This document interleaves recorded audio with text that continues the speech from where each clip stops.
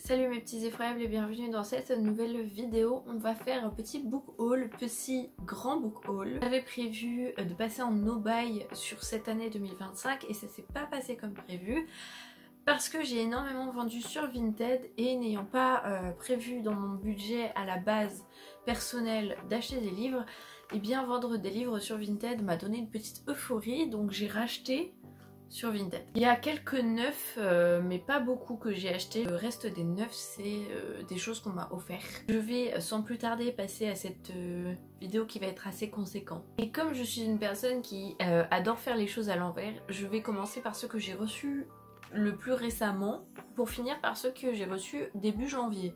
On va faire vraiment à reculons. Donc tout d'abord, le premier, il s'agit de La Cage, tome 2 de Emma Seges. Le premier tome du même nom avait remporté le concours Ozu premier roman et dans cette optique-là avait quand même pas mal buzzé, on va dire, ce qui m'avait beaucoup intriguée.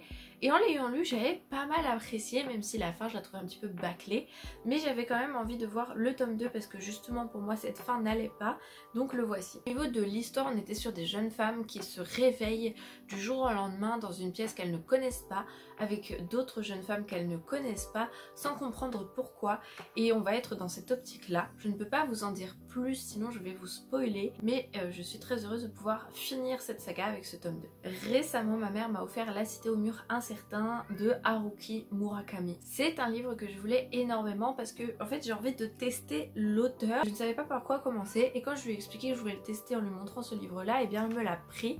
Donc j'ai très hâte de commencer. On est sur un auteur qui est souvent comparé à la veine des Kafka, tout ça, avec des choses très profondes, des personnages un petit peu perdus, en quête d'eux-mêmes. La jeune fille a parlé de la cité à son amoureux. Elle lui a dit qu'il ne pourrait s'y rendre que s'il voulait connaître son vrai moi. Et puis la jeune fille a disparu. Alors l'amoureux est parti à sa recherche dans la cité. Comme tous les habitants, il a perdu son ombre, il est devenu liseur de rêves dans une bibliothèque. Il n'a pas trouvé la jeune fille, mais il n'a jamais cessé de la chercher. Ça a l'air très spécial, mais j'aime beaucoup ce genre d'œuvre, j'en lis pas assez alors que j'adore ça, donc c'est parti. Il y a eu une commande Vinted de 3 livres. Tout d'abord, j'ai pris Dolores Claiborne de Stephen King puisque vous me l'avez beaucoup conseillé sur TikTok et du coup je vais me lancer puisque je ne l'ai pas encore. Sur une femme qui est accusée d'avoir tué son mari, qui a été disculpée, puis de nouveau soupçonnée, donc on va essayer de suivre un petit peu cette femme là. Ça m'intéresse énormément, je suis très curieuse de voir ça. J'ai pris Le Fléau de Stephen King encore une fois puisque on me l'a beaucoup conseillé et que je ne l'avais pas, et en fait ces vieilles éditions là je les trouve juste magnifiques, je les adore. Les vieilles éditions de ça aussi sont trop belles. Oh là là, mais regardez-moi ça en fait. C'est une histoire d'épidémie, je ne veux pas en savoir plus, je fonce découvrir ça parce que je suis très curieuse. En plus c'est un intégral donc au moins je serais peinarde, j'aurais pas racheté des tomes. Un bébé pour Rosemary de Ira Levin. À la base c'est pour lui que je faisais la commande puisque c'est lui que je voulais lire, il est dans ma liste de classiques à découvrir en 2025. Et les autres étaient sur la boutique Vinted, tous à 1€, donc j'ai foncé. Je suis trop contente de découvrir cette histoire qu'on m'a fortement conseillée. On va être sur un couple qui déménage dans un immeuble qui est dit hanté. Et Rosemary, la femme du couple, est enceinte. Mais il se passe de plus en plus de choses étranges dans leur immeuble. Elle s'inquiète de plus en plus et ça va pas très bien se passer, vous imaginez bien. J'ai trop hâte de découvrir le livre pour ensuite aller découvrir l'adaptation également. L'un de vous m'a envoyé cette BD, Aurore Various Vision. C'est de Santi Pérez et ça a l'air très intriguant. La personne n'a pas voulu que je la cite en vidéo, mais je l'ai bien évidemment remercié très fortement en privé. Ça me fait trop plaisir, j'ai trop hâte de découvrir ça. Et là on est sur plusieurs histoires différentes dans une BD et au niveau des designs je peux vous dire qu'il y a de quoi faire. Déjà on est sur une couverture qui est vraiment pas mal. À l'intérieur on a un petit peu de tout. On a des clowns, des citrouilles, des zombies, j'ai vu des créatures un petit peu Lovecraftiennes également, là un petit peu dans cette ambiance là. On a de tout, j'ai trop hâte, ça va être une régalade. Je me rends compte que j'ai pas beaucoup de graphiques, pas beaucoup de BD horrifiques et j'ai envie de régler ce problème et ça va m'y aider. J'avais passé une autre commande Vinted puisque je voulais celui-là et j'ai vu celui-là pour pas cher que je voulais depuis un moment aussi. La Dame de la Chambre Close, un manga où un jeune homme va se rendre compte qu'une jeune femme l'épie tout le temps, rentre chez lui, l'appelle tout le temps au téléphone et il ne comprend pas ce qu'elle lui veut, d'autant que franchement elle a l'air un petit peu effrayante. Donc on va suivre ça tout simplement. Je l'ai vu sur plusieurs chaînes horreur littéraires et il m'a toujours beaucoup intriguée, donc je me suis enfin lancée. J'ai trop hâte de le lire. Wilder Girls de Rory Power. Alors celui-là je l'avais vu il y a longtemps en anglais et j'attendais qu'il y ait une traduction française. Et depuis le temps je m'étais un peu désintéressée, ça faisait longtemps que j'avais pas fait tomber mes livres. Depuis le temps, j'avais un peu oublié et là je suis tombée dessus par hasard sur la version française sur Vinted, donc j'ai dit let's go. On va être sur une île dans un pensionnat de jeunes filles, il y a une épidémie qui arrive qui est très étrange, très différente de ce qu'on a déjà vu et le pensionnat va être complètement confiné avec des jeunes filles qui, quand elles attrapent la maladie, gardent des stigmates absolument affreux sur leur peau, qui se voient énormément et qui sont visiblement très dérangeants. Et on va découvrir un petit peu ce qui se passe, le pourquoi, du comment et comment elles vivent cet isolement dans leur internat. Si mon vlog est déjà posté, vous verrez que j'ai été en librairie pour vous faire une petite vlog et vous parler des rayons horreur. D'ailleurs Cultura a fait une refonte de son rayon horreur, a tout changé, tout pour le mois du polar. Le Cultura de chez moi en tout cas, je sais pas si c'est comme ça pour tous, donc il faudra que je retourne quand ils auront fini d'installer, parce que là ils étaient en pleine installation, c'était impossible de faire un vlog correct, mais il faudra que je retourne pour vous montrer un petit peu ce qu'on pourra retrouver. Et j'ai vu des éditions de Dracula magnifiques, si j'étais riche je me laisserais prise. Donc j'ai pris La légende de Sleepy Hollow de Irvine. C'est la fameuse histoire du cavalier sans tête qui va hanter un endroit et qui est machiavélique. J'adore cette histoire, j'adore ce film, mais je ne suis jamais encore passée par le livre. Il est temps de régler ce problème. En plus, petite édition à 2 €, franchement, que demande le peuple. Frendo est vivant de Adam César, c'est la suite du Clown dans un champ de maïs du même auteur que j'avais lu et pas mal apprécié. Lecture détente, assez jeunesse. On est reparti avec sa suite. Je vais pouvoir clôturer ça. Donc le titre spoil clairement ce qui va se passer, mais il y a quand même beaucoup de mystères quand on a lu le tome 1, on peut pas totalement comprendre avec le titre comment c'est possible dans le tome 2. La colline hantée de Elizabeth Hand qui est dans l'univers de The Haunting of Hill House, série que j'ai adorée, même si je pense avoir préféré Bly Manor, le débat est ouvert.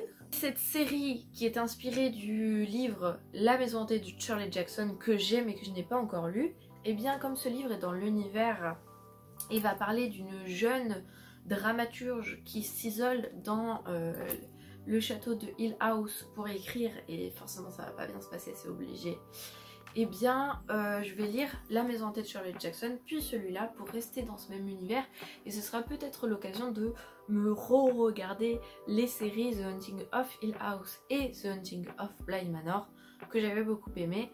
Donc on aime.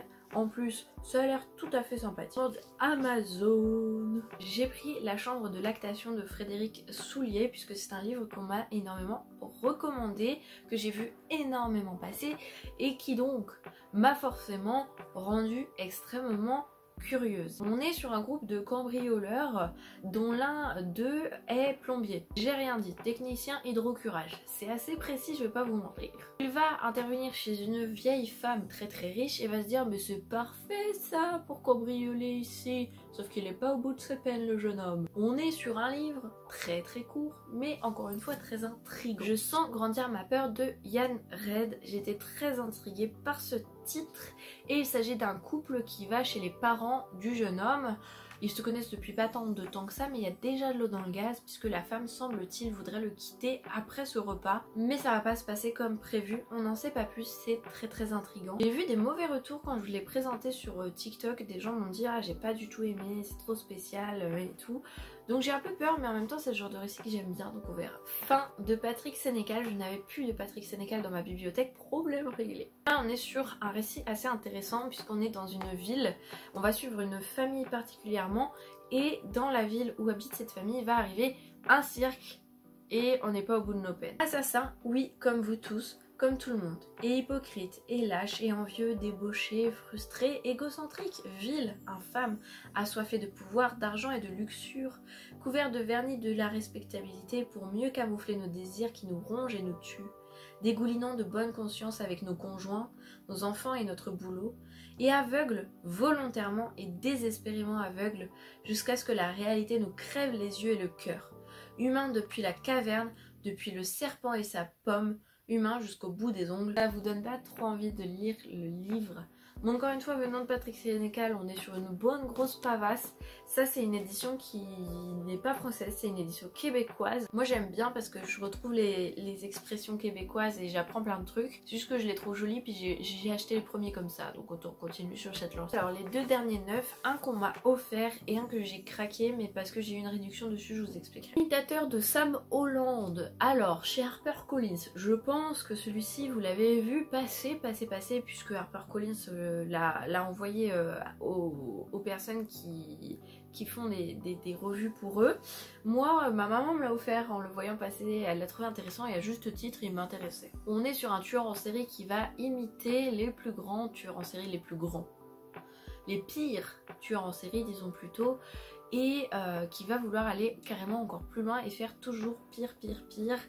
C'est très intéressant. J'aime beaucoup cette idée. Apparemment, on va être sur une série où les personnages enquêteurs vont revenir. Donc on n'est pas au bout de nos peines. Il va y avoir plusieurs tomes d'après ce que j'ai compris. C'est même écrit derrière. Et moi, ça me rend très curieuse. Donc je ne connais pas l'auteur. Ça fait longtemps que j'ai pas lu de thriller de cette envergure-là. Donc je suis très curieuse de découvrir ça. Et celui-ci, La Conjuration de Dante de Fabrice Papillon. Cette couverture. Je suis abonnée à France Loisirs. Pour ceux qui ont connu France Loisirs il y a des années, il fallait payer et en échange on recevait par exemple des livres gratuits ou des petits trucs. Fallait quand même acheter de temps en temps, mais voilà, on payait et on avait un service en échange. Aujourd'hui, l'abonnement France Loisirs est totalement gratuit. On reçoit le catalogue de manière totalement gratuite tous les mois. Quand on est abonné, on a des réductions sur le livre. Par exemple, celui-ci à la base coûtait 22,90 € pour quelqu'un qui ne fait pas partie du club. Et moi, je l'ai payé 16 €. Réduction non négligeable, évidemment. Donc n'hésitez pas à aller faire un tour puisque c'est gratuit. Et là, les amis, on est sur quelque chose de très intéressant. On est sur un criminel qui déterre les cadavres des plus grands scientifiques du monde pour prendre leur cerveau. Alors, la libraire m'a dit qu'il fallait quand même être un petit peu informé sur tout ce qui tourne autour de Dante, de tout ça. Je n'ai pas encore fait mon travail d'aller voir. Je connais très vaguement. Je ne vous le dirai pas pour pas vous dire de bêtises du coup. Mais quand je vous ferai mon avis lecture, je vous expliquerai un petit peu pour vous mettre au jus. Mais ça a l'air très sympathique la couverture. Et pour finir, on va aller sur du Vinted. J'ai pris Avalanche Hotel de Nico Takian. Ah, on est sur un Calman Levy, donc un grand format que j'ai eu pour 1 €. Et c'est une copine qui me l'a recommandé puisque j'ai lu mon premier Nico Takian il y a peu de temps. Et elle m'a recommandé celui-ci. Donc écoutez, j'y vais. On est sur un mystère un petit peu à la Shining dans un hôtel en pleine montagne où il y a beaucoup de neige. L'histoire a l'air pas mal parce qu'on a un gardien de l'hôtel qui enquête sur la disparition d'une fille, puis son attention est détournée par quelqu'un qui travaille dans l'hôtel qui lui demande de l'accompagner en pleine montagne en hiver, puis finalement il est retrouvé après une avalanche, il se rend compte que ça fait plusieurs années qu'il est dans le coma, qu'il n'était pas du tout gardien d'hôtel mais qu'il était policier. Ça a l'air totalement abracadabrante, mais ça me rend extrêmement curieuse. Je pense que je vais me régaler. J'ai pris ces deux-là. Alors, je ne connaissais pas. Je suis tombée dessus vraiment sur Vinted, j'ai vu les couvertures et je me suis dit, bah l'effroyable, les couvertures te parlent, franchement pourquoi pas. Et il paraît qu'il me manque encore un 3e tome. On est du coup sur Sandrine et Régis par James Osmond. Et c'est des livres qui parlent de psychologie, de maladie mentale. James Osmond, qui à la base était photographe, est aujourd'hui soignant en psychiatrie, donc il parle de choses qu'il a sûrement vécues avec des patients. Je ne connaissais pas du tout, franchement, mais oh là là, les couvertures, ça me donnait trop envie. Alors, on a Sandrine qui visiblement souffre de dépression très profonde. Et là, ça parle de psychose, un personnage renfermé qui voit et entend des choses, qui parle à ses personnages préférés. Donc à voir, je suis très curieuse. Le sujet de la santé mentale, de la maladie mentale m'a toujours fascinée et en même temps m'a toujours fait peur parce que je ne souhaiterais pas tomber dans ces états-là forcément qui ne se contrôlent pas. Par chance, j'ai toujours été plutôt bien lotie de ce côté-là, j'ai jamais eu de gros problèmes comme ça. Et en même temps, ça me fascine. Donc j'espère que je vais apprécier. Il paraît que c'est assez dur psychologiquement comme lecture. Mais je pense que ça va être très intéressant et que je vais apprendre beaucoup de choses. Un petit slasher, Les Effroyables, parce que ça ne fait jamais de mal. 10 000 litres d'horreur pure de Thomas Gunzing. On est sur une couverture qui est très belle et il y a des illustrations dans le livre. On est vraiment sur un illustrateur qui a sa propre patte. Moi j'aime beaucoup, je trouve que c'est ça met très mal à l'aise comme illustration, on apprécie. Et là on est sur un slasher un petit peu basique avec des jeunes qui partent en escapade et ça va pas bien se passer. J'apprécie beaucoup, je suis très curieuse, je l'ai vu passer plein de fois sur Vinted et à force de voir cette couverture, mais encore une fois intrigante quoi, mais je me suis dit allez l'effroyable, lance-toi. Chaîne objectif, j'espère qu'en mars je ne vais pas acheter de livres sur Vinted. Pour l'instant j'ai des sous sur Vinted que je n'ai pas encore dépensé. Oh bah décidément tous mes livres tombent aujourd'hui. J'espère ne pas dépenser les sous que j'ai sur Vinted, pour l'instant je suis bien partie. J'aimerais quand même un jour me procurer des livres de la collection Gore. Parce que j'en ai pas, cette vieille collection hein, assez connue, j'en ai pas et j'aimerais découvrir quand même quelques auteurs qui en ont fait partie, ça me rend très curieuse. Mais ce sont des livres assez coûteux pour la plupart. Donc à voir plus tard, un jour. Déjà mes Pocket Terror, on va en reprendre. Et j'ai fait une commande de 4 livres. À la base, le but était d'avoir, oui, tous ceux qui m'ont dit il faut commencer la saga de James Herbert par les rats, soyez contents, je l'ai acheté, je le voulais. Et j'ai vu que sur le compte de la personne il y avait d'autres choses intéressantes, on en reparle. Les rats de James Herbert, le tome 1 de la saga, j'avais le tome 2 et 3 mais pas le 1.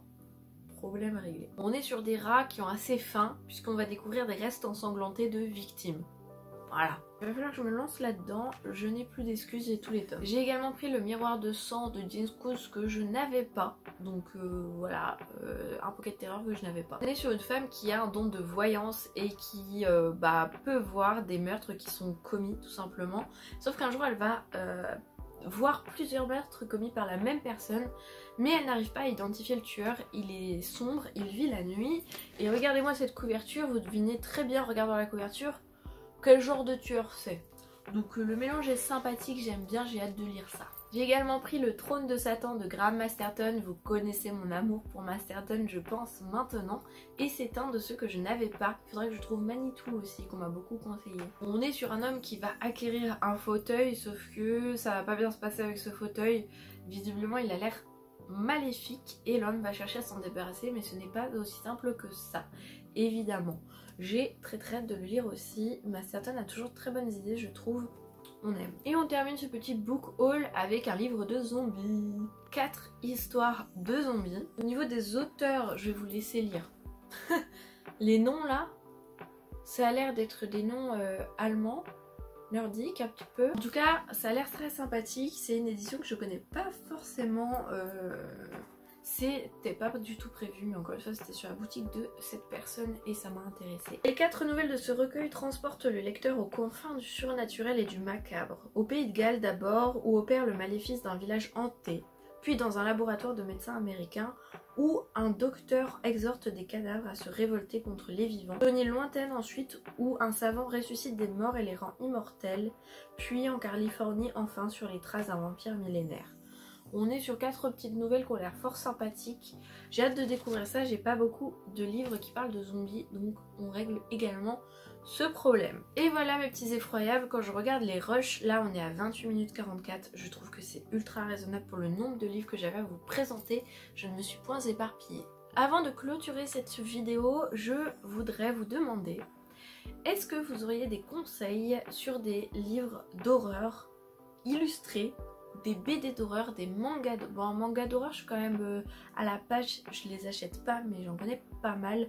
Mais des graphiques horrifiques de toutes sortes. BD, romans graphiques, romans illustrés, mangas, comics.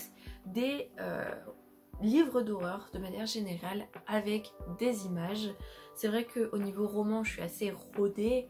Je dis pas que j'ai tout lu, mais en tout cas, Dans ma pile à lire j'en ai pas mal, dans ma bibliothèque quand même j'en ai lu pas mal, mais il me manque beaucoup le côté graphique qui m'intéresse énormément mais qui est toujours un petit peu plus coûteux. Mais aujourd'hui j'ai envie de régler le problème, alors s'il vous plaît, si vous en connaissez, si vous en avez, n'hésitez pas à me les conseiller, même si vous n'avez pas trop apprécié, ça pourrait toujours me plaire quand même, on ne sait jamais. N'hésitez pas, je vous attends en commentaire. Sur ce, je vous remercie mes petits effroyables encore et toujours de me suivre. J'ai pas posté pendant 2 semaines et ça sera peut-être une 3e encore, je sais pas. Bon, en tout cas, vous allez avoir un moment sans me voir, ça vous ferait des vacances. C'est un peu compliqué de monter en ce moment, mais bref, je vais m'y remettre, je vous promets. Je vous remercie de votre soutien, de votre suivi et de tous vos commentaires qui me touchent énormément. Je vous fais des bisous, n'hésitez pas à vous abonner si ce n'est pas encore fait, à liker la vidéo et à commenter, mais je sais que vous êtes là. Je vous aime très fort et je vous dis à la prochaine les effroyables.